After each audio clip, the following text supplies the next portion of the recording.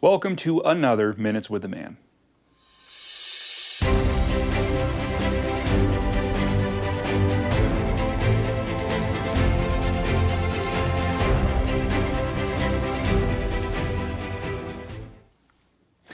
Every so often, we all run into someone or some group that has a slightly different understanding of God. You'll see things slightly different than I based on what you've been taught or what you've read, your life experience, your age, all those things. Believe it or not, I think that's totally fine and expected. We're all unique. Some might emphasize God the Father a bit more than another's emphasis on God the King. Unfortunately, at any point and at any stage of life, people can lose focus on the ultimate goal, making disciples and restoring mankind's relationship with its Creator. This loss of focus can cause infighting within families, churches, denominations, all of Christendom. We can let little things pile up to the point we end up focusing on our own squabbles over the work that God has for us out there. All the while, people looking in are thinking, I don't want any of that. What's the point? There are times, though, when we do need to focus inward, on ourselves or on the body. Sometimes we sense the message is getting way out there and it needs reining back in. Today's question, when do we hold the line? Now, this answer seems simple enough when said out loud, when the work of Christ is being hindered, or when the message of God's kingdom is skewed or altered, or perhaps made way too complicated.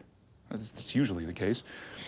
The early disciples had to deal with that in the form of Judaizers who believed one first had to become Jewish before becoming Christian. No, not anymore.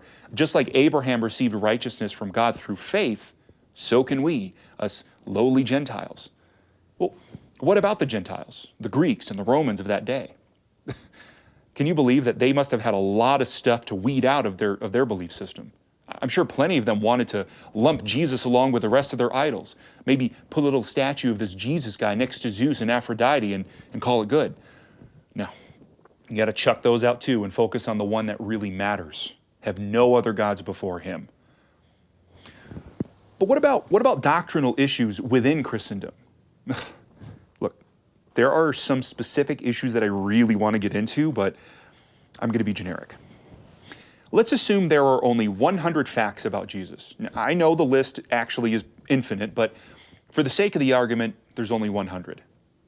Now let's assume that I only know 65 of them, and someone out there knows 90. Can we not have fellowship because I don't have as full of a picture of Jesus as someone else? Well, what if I know 98 and you know 97? Do we now believe in a different Jesus? Most interdenominational arguments can be understood in this way. Now, there are some core things that cannot be argued, of course. I mean, we just had Easter, so hopefully the core facts of Jesus are still in people's minds. Jesus is the Son of God. He suffered and died on the cross for our sins, rose from the grave, and defeated death. I mean, those are in the top 10 if they're anywhere else. You should know those things about Christ. Perhaps we're not just allowing others to be as mature as they are. We're not letting God grow them at His pace because we know better. So let's quit the nitpicking, Christians, and get back to work, God's work. Thanks for listening.